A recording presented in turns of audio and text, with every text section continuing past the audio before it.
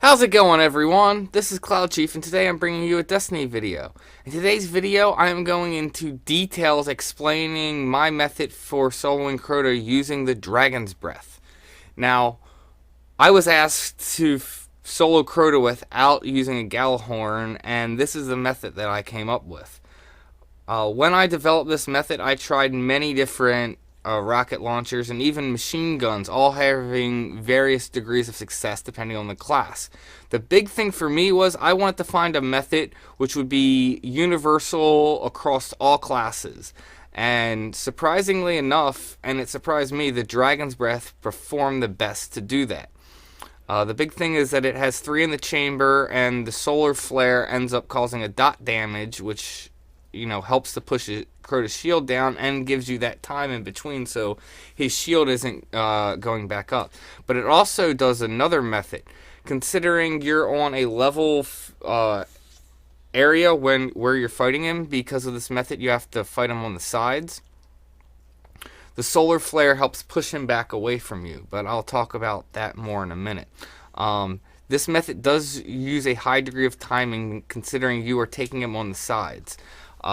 So what you want to do is, after you've cleared the room, you'll see me line up over here on the side and get ready. That's because I'm getting ready to start the stop clock.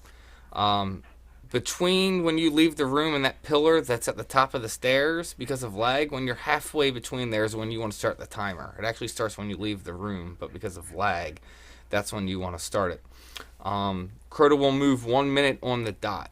So after that, you want to get aggro on the sword bearer and get him down in this area. And you want to take him down between like 45 and 55 seconds. That way you have a few seconds before you need to grab the sword and, get in position. Titan's jump is such a beast that with Titan's method, you can just go right up that right wall when he goes to the right side. Warlock can make it up the wall, but you need to be a master at Warlock's jump, and I don't recommend you doing that. What I would recommend doing on Warlock is the same thing that I do on Hunter, because Hunter can't make the jump up the right wall. I would recommend you go up the left wall and then sword swing across the gap.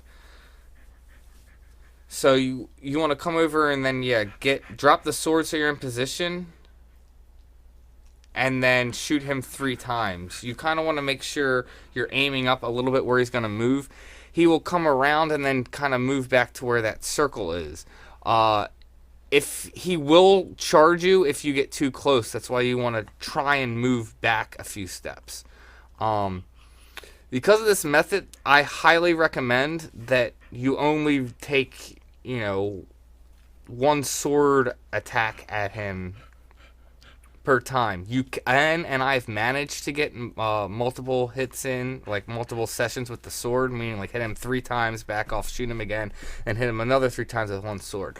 But his AI seems that he's more, pissed off with you after you've hit him, and he's much more likely to go up and attack you. And especially since doing him on the sides, you're on a level ground, you run a high risk of just getting hit and getting killed. So I highly recommend just doing 3 and then jumping out. You can obviously test it and do various things, but I highly recommend just doing 3 hits on the right, 3 hits on the left, then 2 hits on the right, because he's going to already be on that side because of timing with ogres, and then you'll get 3 hits on the left. So you want to do the same timing with the sword bearer. You should have extra time on this sword bearer, considering Crota had to move back, and then he's going to move to the left.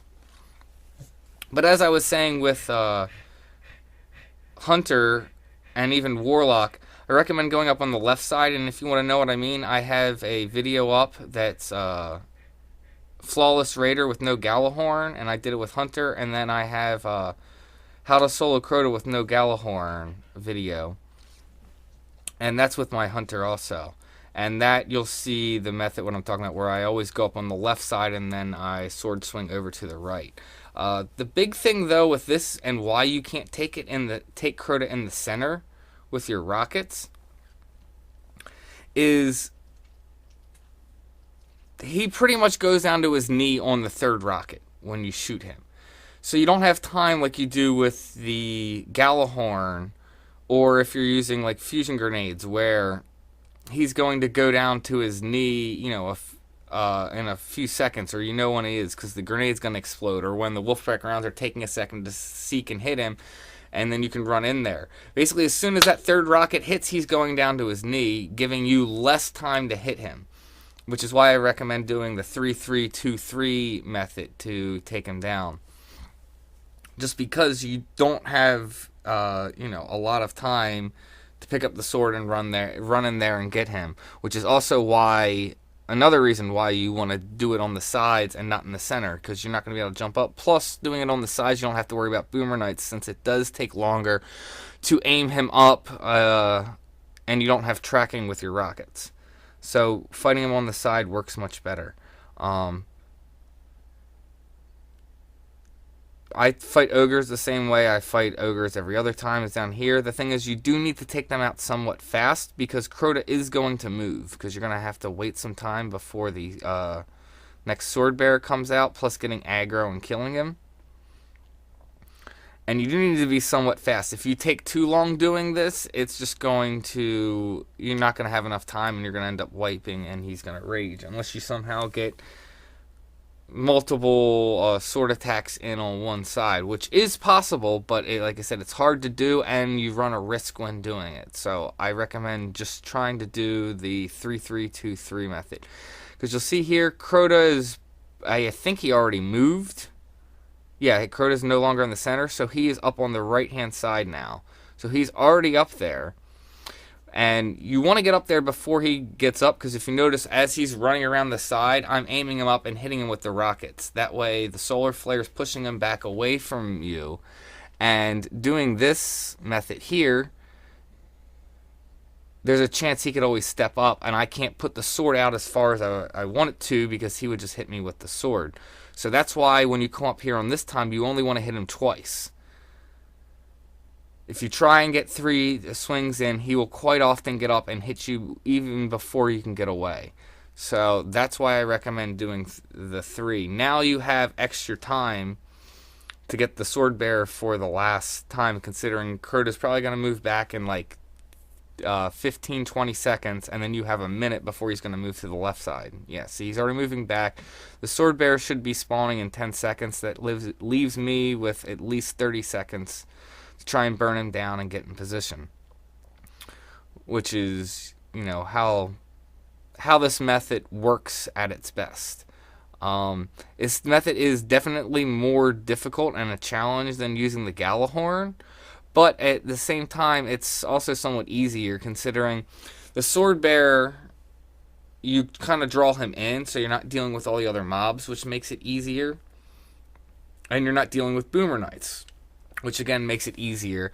But dealing with Crota and being on a level playing field with Crota does make it more difficult. Plus, you need to be good at aiming the Dragon's Breath. If you aim the Dragon's Breath incorrectly, it's going to cause problems for you, because you're just going to miss rockets. And you need to have all 3 of the rockets in your chamber miss. If you shoot a rocket and then shoot a second rocket and it misses him, go ahead and just reload if you have ammo and try again, because his shield is going to recharge. And that's pretty much how this method works. The biggest thing is just the timing and making sure you don't miss the rockets. Other than that, it kind of is a tiny bit easier than the Gjallarhorn method. Yeah, you can see he kind of moved up because he wanted to swing at me, which is why I moved all the way back to the side. That's why it's best to get up there before he ever even gets up top. But then you just move in, hit him 3 times, and that's it.